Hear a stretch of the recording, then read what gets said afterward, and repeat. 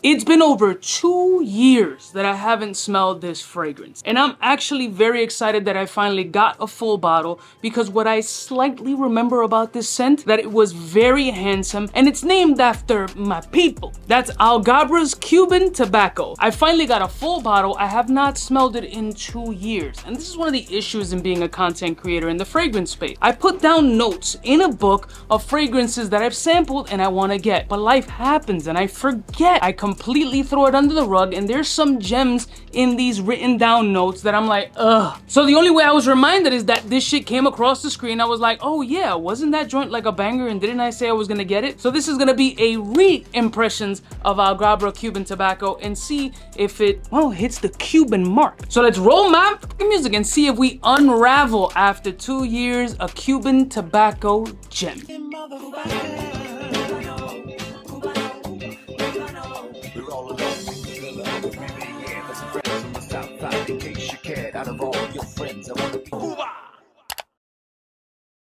Blessed morning, my beautiful peoples. You know who it is. It's your boy, 𝗙𝗔𝗏𝗏𝗏𝗏𝗏𝗏𝗏𝗏𝗏𝗏𝗏𝗏𝗏𝗏𝗏𝗏. Cuban tobacco is finally in my paws, and I'm gonna get to re-smell it after 2 years, and I'm very excited about it. It's not many fragrances that have like the Cuban-esque essence inspired of them. Granted, there's a lot of tobacco fragrances, there's a lot of rum fragrances, but you don't get the notoriety like that, because not a lot of people get to experience the Cuban essence. Unless you live in Miami, then you just live that shit. And it truly doesn't matter your nationality. If you live in Miami, white, black, Asian, brown, pink, green, alien, you're Cuban at the end of the day. Alghabra's Cuban tobacco on deck. As you can see, the box presentation is pretty much the veins on a tobacco leaf. We open up the slider, throw that on the floor. Typical white box, nothing crazy.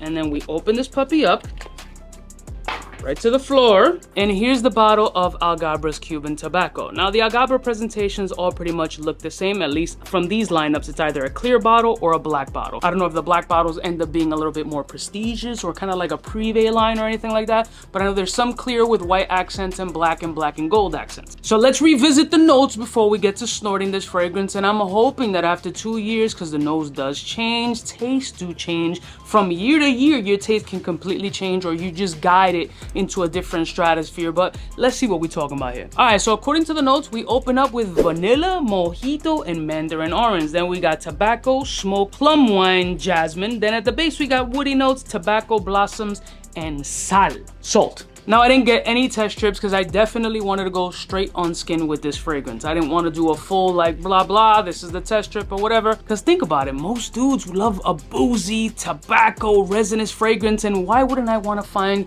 the best tobacco fragrance, at least that my nose discovers? I have smelled this before. I don't remember it, unfortunately. I don't need to remember it because now I got the shit. So let's go right on skin with Alghabra's Cuban tobacco and see what type of energy that we get off of this fragrance, and let's go.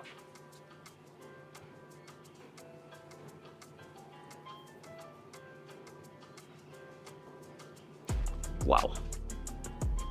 Wow. You see him, right? You see him. Wow. Oh my God. This is a fucking experience. Woo!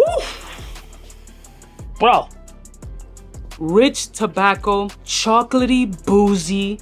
God, Jesus, they're still there. So photorealistic tobacco leaf. Anybody who's been to a cigar bar or been surrounding cigar rollers, and you've ever seen the mounds of leaves that the rollers have next to them, there's a specific scent, a very specific scent of these tobacco leaves that just resonates. And it's not funky. There's a little bit of a funk in there. There's a smell of a tobacco leaf, the raw essence that has a little bit of a unusual masculine smell that isn't necessarily like the most like, ooh, inviting scent, but there is a very deep, masculine, rich, earthy nature of this scent, with this beautiful dark chocolatey essence and this underlying rum extract. I know it has it listed as plum wine. I don't necessarily pinpoint it as plum wine. It's more of a old aged spiced rum, beautiful dark chocolate. There's a nice orange blossomy sweetness about this fragrance with a little bit of a white floral energy,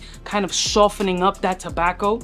So the more that the fragrance dries down, the roughness of that tobacco leaf starts to wind down a bit to make it a little bit more enjoyable and less aggressive. I don't mind the aggressiveness in this fragrance. I kind of like that it gives that fragrance this kind of fucking body. But the feeling, the scent, the beauty, the artistry, which is not something that I talk about at all on this channel because it's all about the scent and what the scent makes me feel. But in this case, I'm talking about the artistry of this scent, and its beauty and its composition is...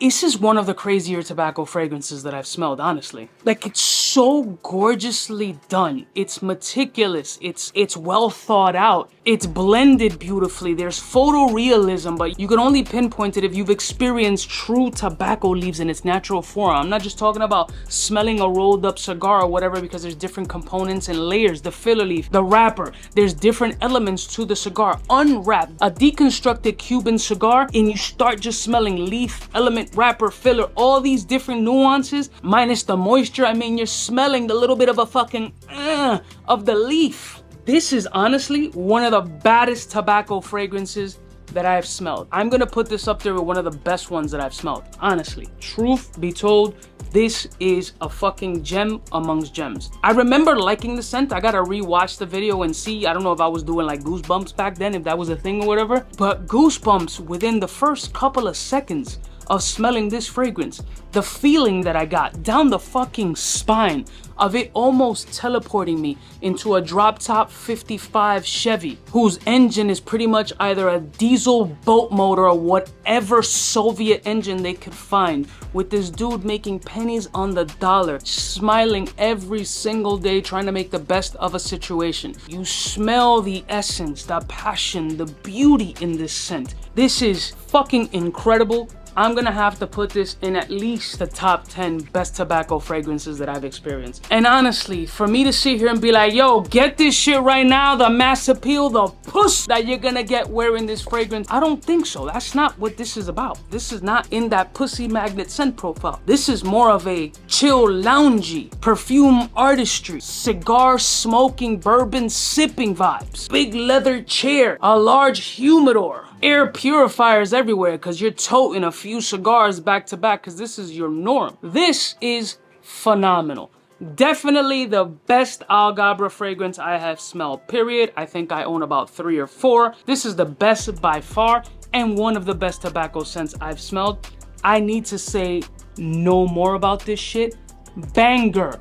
Artistic tobacco done right. And of course, it has a Cuban tag on it. It wasn't made in Cuba, but the name says it. I love y'all mother suckers from the heart. Don't forget to like, share, and subscribe. I'll put a link in the description if you guys are interested. This is an experience. I'll see y'all bitches next time. You know who it is. Biggest in the game. Smooches. For the fly gun holder, money folder, motor roller, start tack when it's time to call back. For the rough, rugged, and raw way, this nigga Jay, it's a game, but he don't play. Hey, for all the chicks that got dead in the penthouse suite on top of my mom's crib. It's nonsense you never get in. It's nonsense that you would think that